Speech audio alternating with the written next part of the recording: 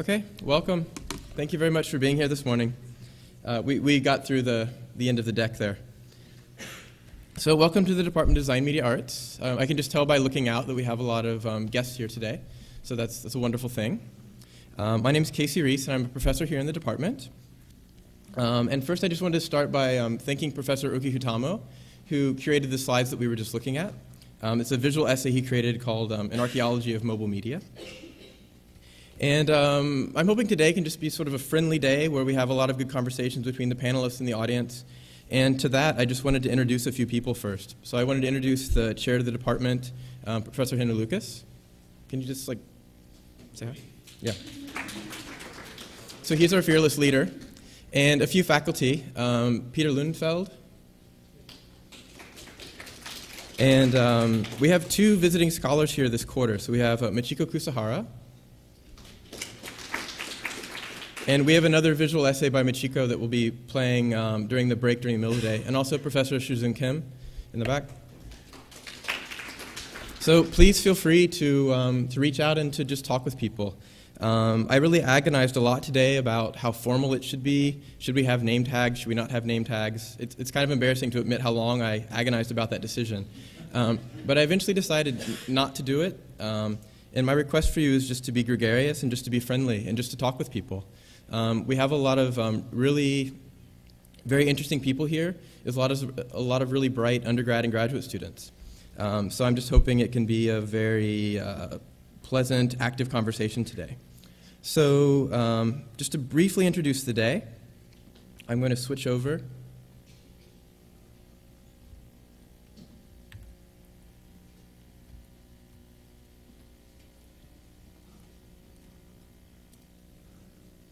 Thanks, Gareth. All right, so if you have questions about the schedule today, because we all have mobile devices and computers with us, it's posted on the web for you to see. So the URL is just dma.ucla.edu/mobile media.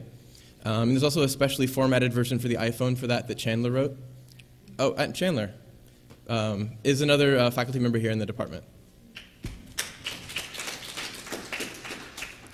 Okay, so we started with Erki's visual essay. And then our first panel, Geospatial Media, moderated by Julian Bleeker and also curated by Julian as well. And then we have lunch, and then we have the visual essay by Michiko Kusahara on Kintai 2001 to 2009. And then we have the mobile games panel, which has been curated and moderated by Robin Huneke. And then another break with coffee after. And then the emerging interface panel, which is curated and moderated by Jen Underkoffler. So then also, I wanted to talk a little bit about the workshops. Tomorrow we have a series of workshops going on. You can see these are the three topics. We have a little bit of space left, I think about 10 spaces left, in the Writing for the Mobile Web workshop in the afternoon from 2 to 5. So if you're interested in taking part in that workshop, there's still time to sign up. The others are full at this point.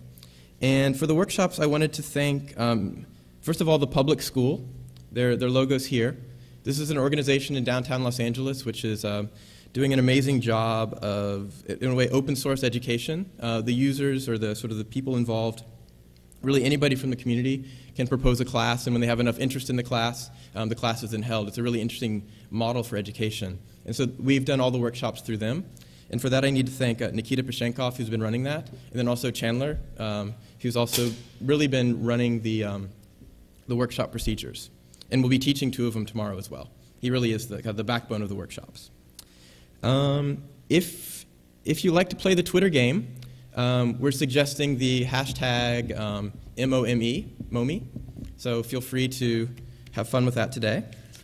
And then very importantly, I need to thank Rebecca Allen and the Nokia Research Center Hollywood because they have provided the funding that makes this day possible. We're all here because of their generous donation to the department. So yeah, thank you. So really briefly, I just want to say a few words, set the tone, and then I'm basically going to step back for the day and let the moderators dominate the conversation. Or moderate the conversation, I guess is the better way to say it, right? All right, so the primary reason we're here, the primary reason this event's being held, is to bring the discussion of mobile media to this department at UCLA. So my two questions are why, and also what do we mean by mobile media? It's a really ambiguous term. So let's tackle mobile media first. I mean, most obviously, it's this new category of phones that are essentially network computers in your pockets that also happen to make phone calls. And of course, it's also the history of mobile devices. So I was really happy to have Erki's visual essay to start things off, sort of bring this conversation into a larger context. For me, the mobile media devices allow a more personal and intimate access to information. And it ranges from the very first bound books, the first codices, all the way to e-readers, all the way from Alexander Graham Bell to Nokia, all the way from the Apple II to the iPhone, this trajectory of the portable and the personal. And for me, I'm interested in these devices more from a design perspective because of how they affect the ways we live. I think that's the essential question within the context of design media arts. So today, hopefully, we'll address a little bit of the past and the present, but also the future of how these devices, both functionally and psychologically, affect and how they've grown to occupy this important space in our lives. So I guess back to the question, what does the discussion around mobile media mean within the Department of Design Media Arts? For me, I think this is sort of the exciting area right now for exploration within this context. And so, of course, it's the new gold rush, but for me, that's not what's of importance right now. For me, I think there's a lot at stake in terms of how we interface with information, what that means, how that can affect the decisions we make on a daily basis, and also the quality in which we access this information and make these decisions. So one of my pet peeves for the last 15 years has been the desktop metaphor. It's been around for 30 years now, going on, and we're still basically on a day-to-day basis stuck with that. Do we have this opportunity now to break from that? Can we break from Windows, icons, mice, and keyboards? We're starting to break from that, but how far can we take that? These are open questions. How can geolocation, better access to information, fundamentally change the way we work and play? But also for better or worse. We all know there's always a give and take. So hopefully these will be some of the things we talk around today. As I said, the moderators will really be running the show. I'm going to step back, and I want to just introduce the moderators because they really are the core of the day. So first, Julian Bleeker. And Robin will be next. And then John Underkoffler will be wrapping the day. So after the day is over, about 6 o'clock, we'll have an informal reception outside. I hope you can join us for that. And I've literally been working on this for almost 9 months. I'm really excited the day has come, and I hope we all have a provocative conversation. So with that, I'm going to turn it over to Julian.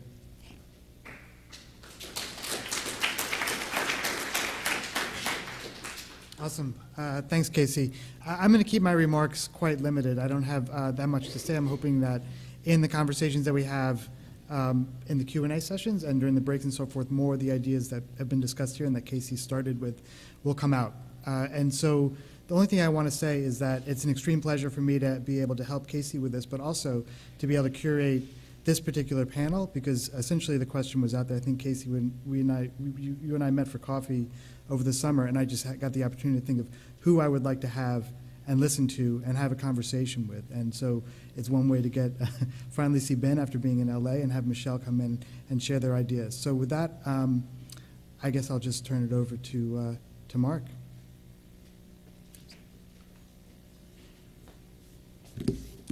Thanks.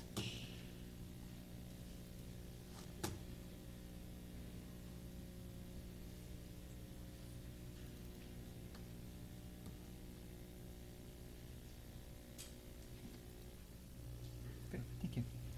All right, so I'm Mark Hansen. I'm in the Department of Statistics here, and I guess I also have an appointment in this department.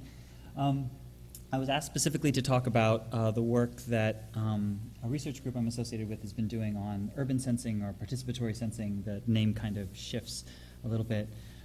Basically what I'm going to describe is a kind of dialogue between science and the public that's mediated by observation, by data collection and analysis, all done by non-professionals, and what those practices might mean. And not just using people as data gatherers, but instead allowing the public to define what they're interested in a more general way. Also, I'm going to have my statistics hat on, to the extent that one owns a statistics hat, where I'm mostly interested in what happens to the data and how we draw inferences from data.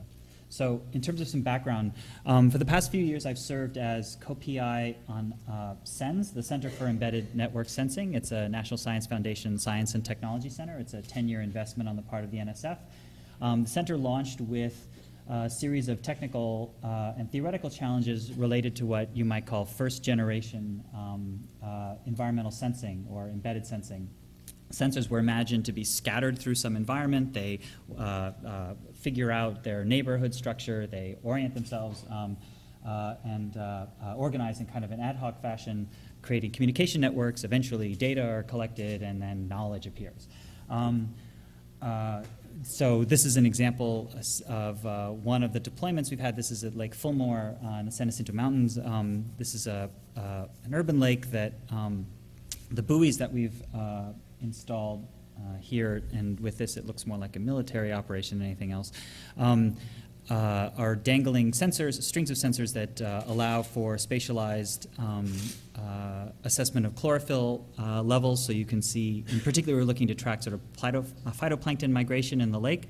I give this as an example of what might be called a second-generation sensing systems. There's robotics components. There are the sensors are more than just these small things that are scattered, but instead this is a kind of dynamic system that can be redeployed and removed and reused, and would also have multiple uses. But I bring this example up because these second-generation systems, as I started to sort of go on these deployments with my engineering and biology colleagues, I found that the CENS tagline, this Center for Embedded Network Sensing tagline about revealing the previously unobservable, that tagline was being totally lost on my students. They're computer science and statistics students who don't necessarily appreciate the biology of what's going on in the lake here, and so to see some data or to see something doesn't really fill them with that kind of awe that the biologists were having. So I started thinking about what situations might provide the students with a bit more authority to have that revelation of something that wasn't seen before. And this led at least me to think about sort of what we're calling urban sensing or later participatory sensing. But this view of sensing has pushed out to the imagining of environmental observatories that are constantly monitoring our forests and natural areas. We also see it going into the built environment. And once you think about sensing taking place in our urban spaces, the question naturally becomes, well, what is the role of the inhabitants in this sensing? Are they just being sensed, or is there something more that takes place? And this led a couple of my colleagues here, Dana Cuff in the School of Architecture, Jerry Kong, who's in the law school, and myself to write an article about urban sensing and what happens when official sensing leaves the woods, leaves these sort of environmental areas, but instead comes into our urban spaces.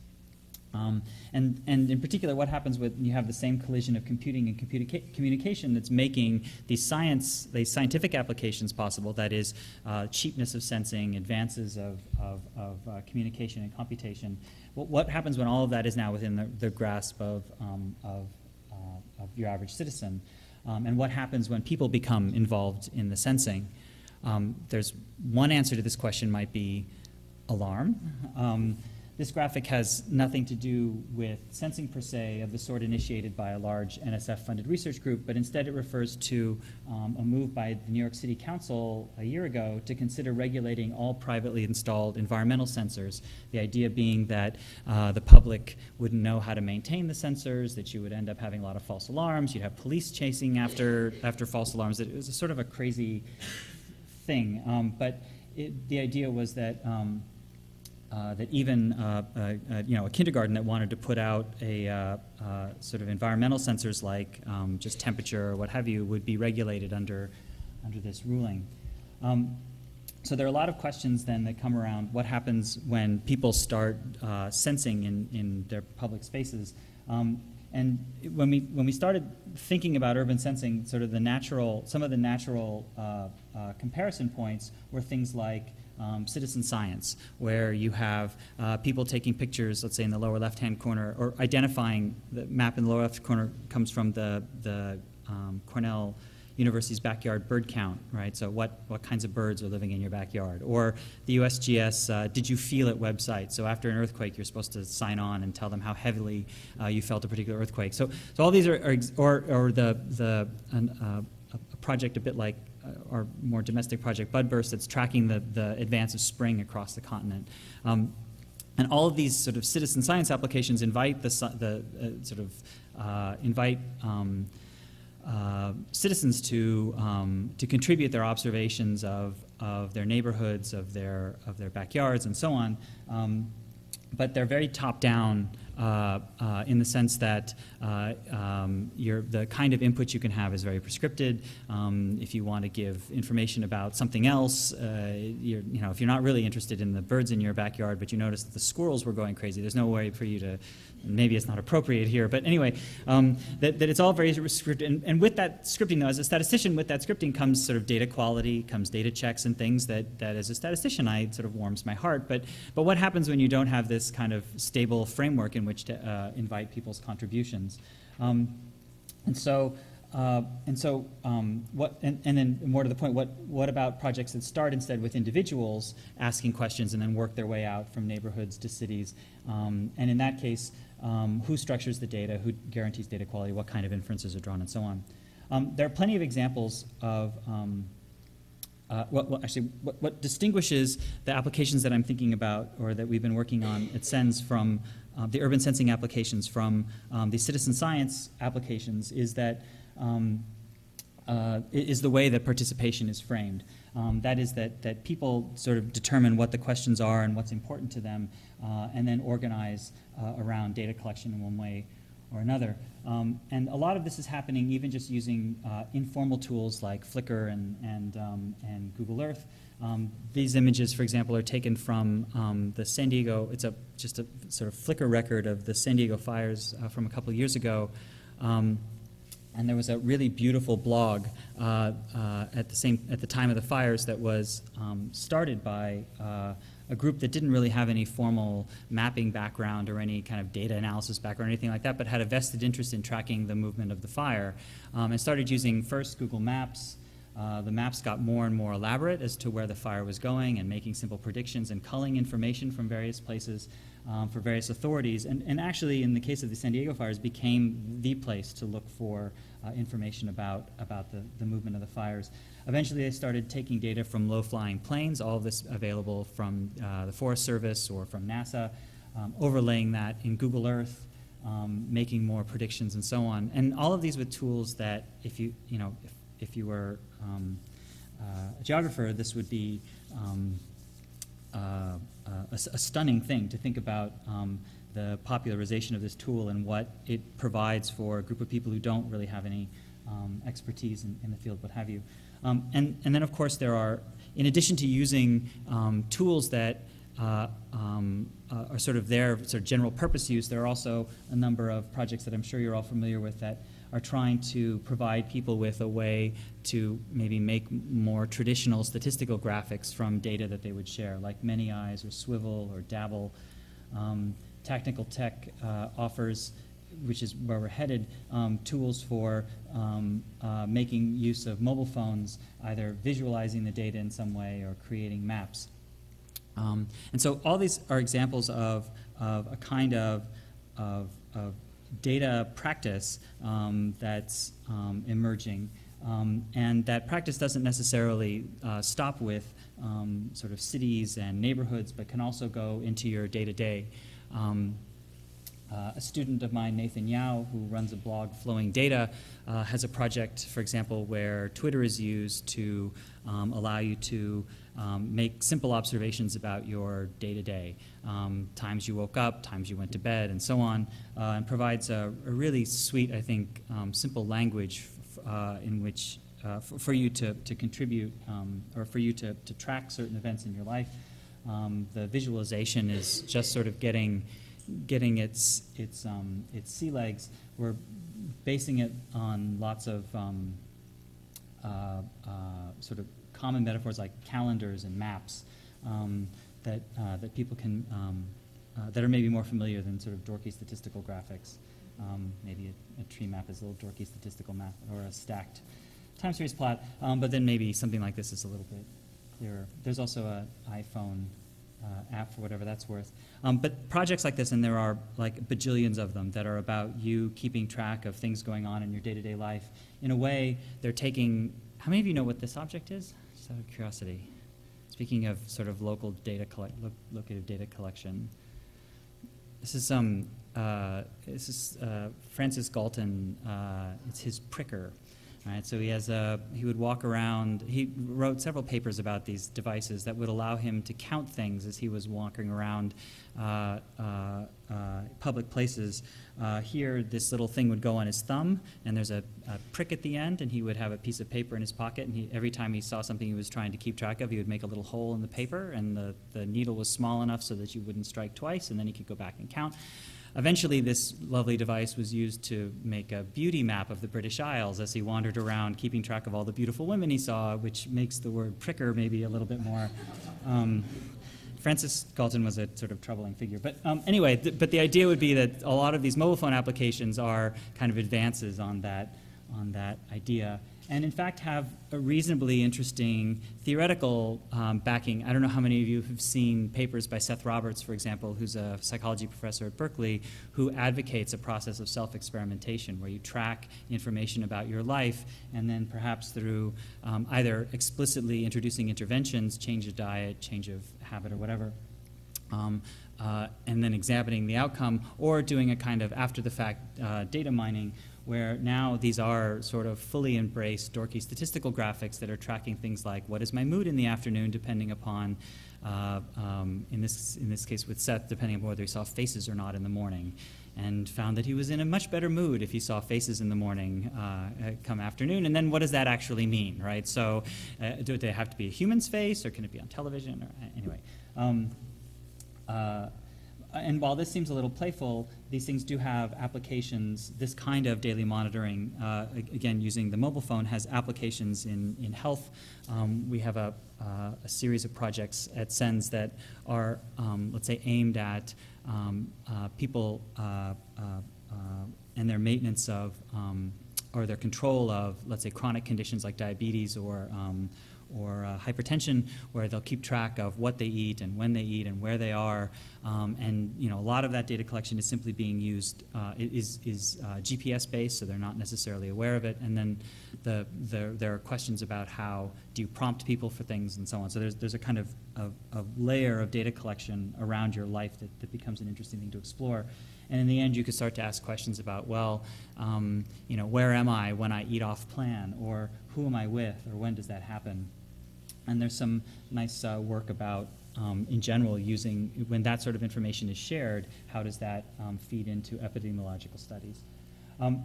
So before I go too much further, there are a series of projects then that are taking place at SENS that are based on using the mobile phone or sensors that can be attached to the mobile phone for this kind of, or enabling this kind of participatory or urban sensing. There are a series of projects related to your diet, to family dynamics, to, I'll show one in a second about tracking invasive species in public park, in a National Park Service, the walkability of your streets, where recyclables being thrown away, and so on. One of the larger projects we had that was also funded through Nokia is PEER, the Personal Environmental Impact Report. It uses basic GPS data to come up with estimates of how much pollutant you're contributing to an area using the California Air Resources Board models like MFAC to use your GPS to estimate your speed, take in information about the weather where you are, roll that all into one of these official planning models, and then producing estimates of your CO2 or PM2.5 emissions, as well as the things you're being exposed to, using another ARB model called CalLine 4. And so this is a nice example of taking participatory data and combining it with official models, and maybe having a kind of feedback loop between the official model and the data that's being collected. A more playful example, this is Garbage Watch. Sasank Reddy, who's a student in electrical engineering, worked with the sustainability group here on campus to try to see where recyclables were being thrown in the trash. And so the campaign was easy. Take a picture of the top of every trash can you pass by. And he collected lots and lots of them. The idea being that then he would, for better or for worse, manually code these and decide which have recyclables in them and which don't. This was actually the first place where we started to see the strong effects of bias in people's data collection and what happens when you roll data up at an aggregate level. So a few of the students didn't quite follow protocol, so instead of taking pictures of every top of the trash can, they took pictures of only the ones that had recyclables in them, figuring that that's what we really were after anyway. And so creating a map became a little bit of a problem, and then trying to correct that data also became a problem, because it turns out that there's, I think we're calling this the Reddy thesis, that there's a basic gappiness to these data. So if you wanted to maybe have a look at a trash can that somebody passed that they didn't take a picture of, maybe you could find a picture that someone else took in a nearby time period, but the paths, even in such a small area, are fairly spread out, so it's hard to find two places where people have crossed. Anyway, so bias and participant skill becomes an interesting component in some of this. And these same issues are coming up in, this is a project with the National Park Service called What's Invasive? 5 minutes, excellent. Where we have initially just Park Service representatives and now the public with a simple set of mobile phone apps that have you on the lookout for different invasive species, and then take measurements or images, geotagged images of where those species are, that help the National Park Service keep track of how they're progressing. And there's some beautiful statistical point process problems here about, when a species expanding, is it along trails and so on. Another example of these kinds of things is something called Bike-tastic, which is attempting to organize bikers in Los Angeles, which is kind of a treacherous thing. I don't know how many of you tried biking, well, it depends on your commute, right? But it can be a treacherous thing. And so this is a way to share your routes. Data are collected from a phone that you just throw in your bag that takes data from the accelerometer, so you can see, am I on a bumpy road or on a flat road? Are there lots of stop signs or not? We can also sample from the microphone to decide if you're in a noisy commute or a quiet commute, and so on. And then there's some sort of basic visualization. In general, what these projects are doing, whether it's diet or the impact you're having, or walkability, where we're having people take pictures of uneven surface streets, or noise mapping, all of these are basically asking the question, do I live in a quiet place, in a safe place, or whatever, and how do these data compare to other places?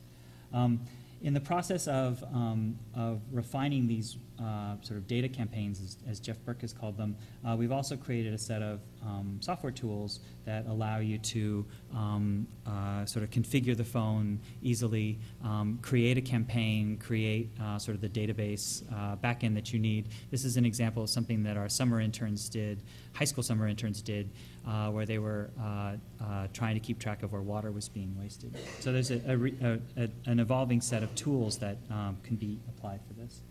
I'll skip that. In the end, if you're interested in this style of work, we completed a paper for the Woodrow Wilson Center that's available through the SENS website that sort of articulates participatory sensing and its goals, and then also goes into a little bit more detail about sort of the privacy considerations, the ethical considerations, some of the inference questions, and so on. So I guess I'll stop there. Thanks.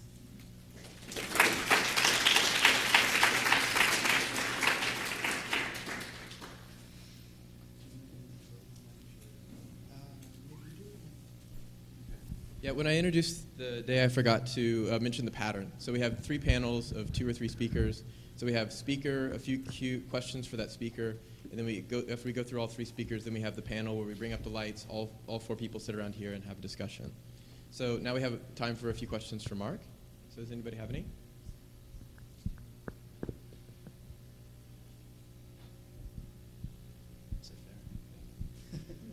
Fantastic stuff, thank you. It would seem that given the proliferation of mobile devices, we're entering a kind of golden age of data collection. But I wonder at the same time if you have the time to sort of step back and wonder what sort of subtle and implicit skews and biases are introduced based on the form of these technologies, and whether there's cause for worry there. Well, I guess it depends on what the ultimate question is or how the data are going to be used. I mean, there's a,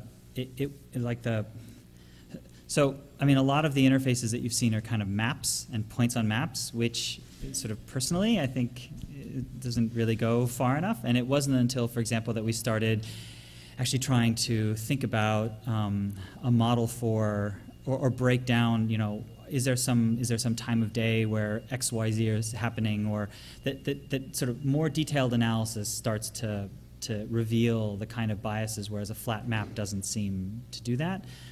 So I think we're starting to see some of those problems just when we aggregate up and start to compare data from different people. I think I don't know if I can say anything wholesale about the technology. The other thing is that Nathan Yao, the student working on the project, his Your Flowing data site, it's a project that we're referring to as self-surveillance, and there are a series of questions around what does it mean to take data on yourself and to do that kind of analysis that we could talk about also. But those are maybe about observation itself and less about the device.